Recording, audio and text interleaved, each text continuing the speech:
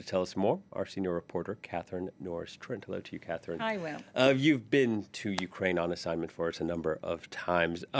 How do things stand at the moment on the battlefield? Things are frozen pretty much on the battlefield. There's fierce fighting, but it's much of a stalemate, especially in the Donbass in the east and the town of Bakhmut.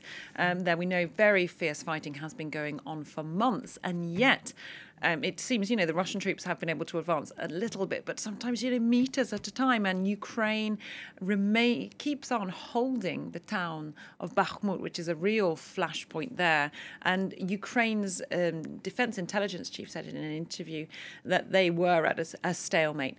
Similar situation in the south. Ukraine managed to take back Kherson, the only regional capital that had been liberated.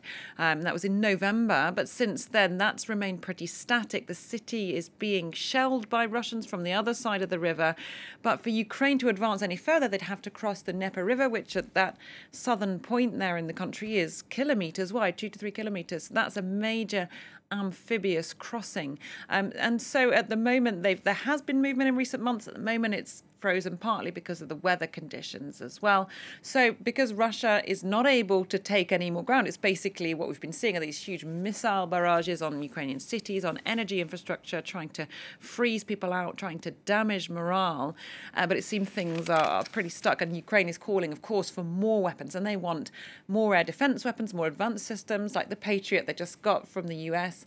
But they also want long-range missiles, which for the moment they're not getting, because they say that in order to make a difference, it needs an expansion of arms deliveries, because otherwise this is just going to continue for several months, if not years, dare I say it, in a stalemate. And all of this does not bode well for peace talks.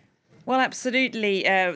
Vladimir Putin has claimed that Russia is ready for peace talks, but when you look at what they propose, it's unacceptable and it's been dismissed by the Ukrainians. Russia wants recognized sovereignty over Crimea, which they annexed in 2014, and the 4 other Ukrainian regions which it claims to have taken, even though it doesn't, fully control those 4 areas.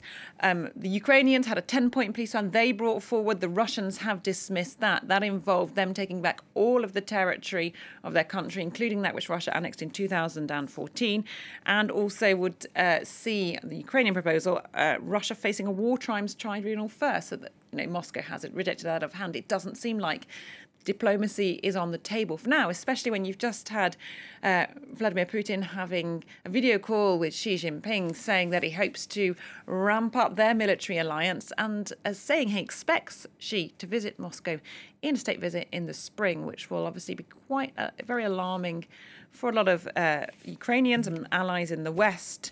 China has refused to condemn Russia's full-scale invasion of Ukraine. All right, Catherine, thank you very much. Catherine Norris-Trent, France 24's senior reporter.